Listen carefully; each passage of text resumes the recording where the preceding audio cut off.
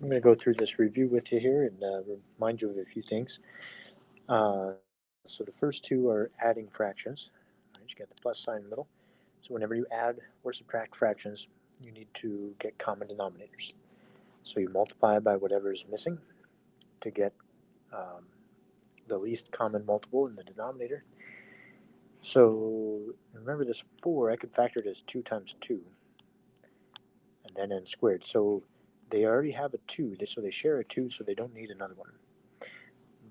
But they don't have each have two 2's. So the first fraction, I need that second 2 on top and bottom. And then I look at the n's. They both have an n, but the second one has n squared. This one just has n. So I need them both to have n squared. So along with the 2, I need an n. So I'm going to multiply the top and bottom by n. That's going to get the denominator to be 4n squared, which will match the original. So that's what we're looking for. So we have 4n squared in our denominator. So what that means, I don't have to change the second. The second fraction can stay the same. So now all I have to do is multiply the tops and then put it over my common denominator. So 2n times 4 is going to give me 8n. And then I have plus 3m. And then if there's any like terms, I would combine like terms. But since there's not like terms, that's all we can do. There's our answer. When we're solving equations with fractions, remember to multiply the denominators by whatever we need to cancel, or multiply by the denominator so we can cancel them. Another thing to remember is the excluded values. So you look at the denominators to begin with. Both of these have x plus 3 down there. So x plus 3 can't equal 0. So I need to exclude negative 3. So if I get my answer of negative 3, I have to throw it out because it's an excluded value. It makes it undefined. So we get rid of it. So if I go to solve this, I want to multiply by the denominator to cancel all the denominators. So I multiply everything by x plus 3. And that's going to cancel the denominators there and there. So then I need to multiply what's left by x plus 3. So I have x times x plus 3, so that's going to be x squared plus 3x. And that was a minus 16 equals, bring down the 4x minus 4.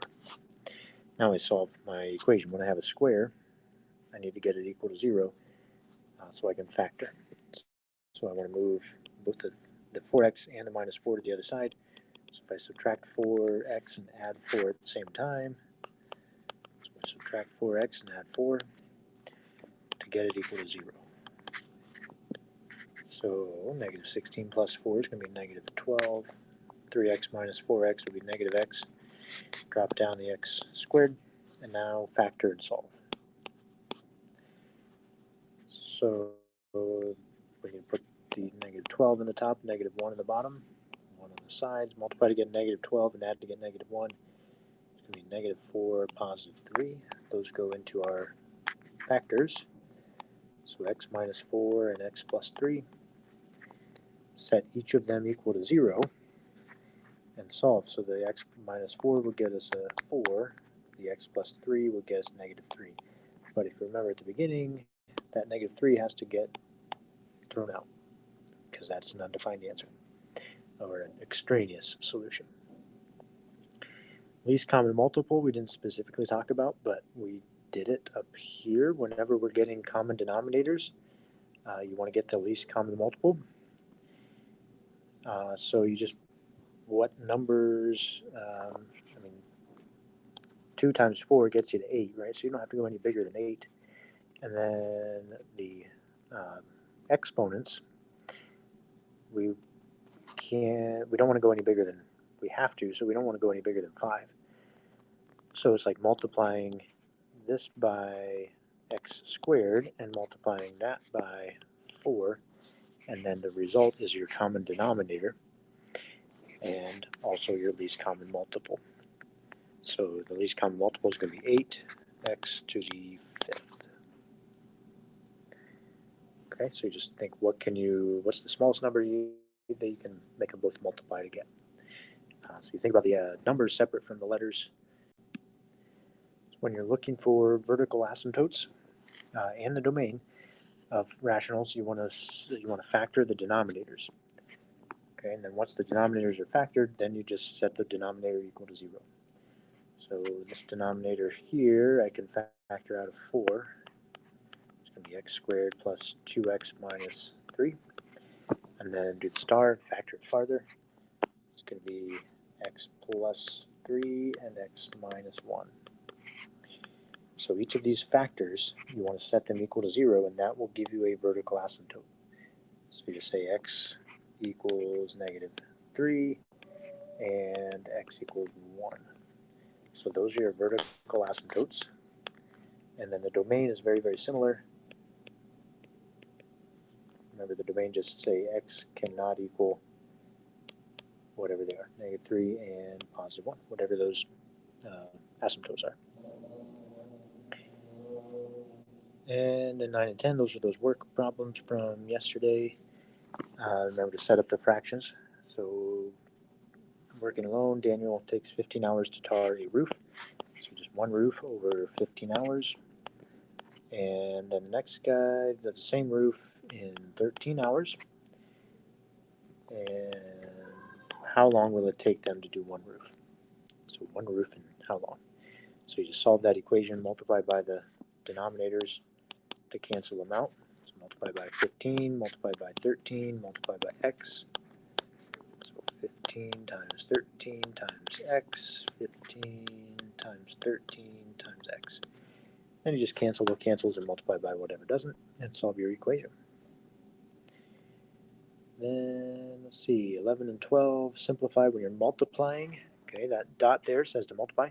So when you're doing that, you just factor every piece that'll factor. So let's factor this, use the star, multiply to get 15, add to get 8. It's going to be 5 and 3. And let's see, this one's going to factor, take a 2 out. We have b plus 8. And then the bottom left factors take a 5 out. And then cancel what cancels. So this b plus, don't forget about the b plus 5 over there.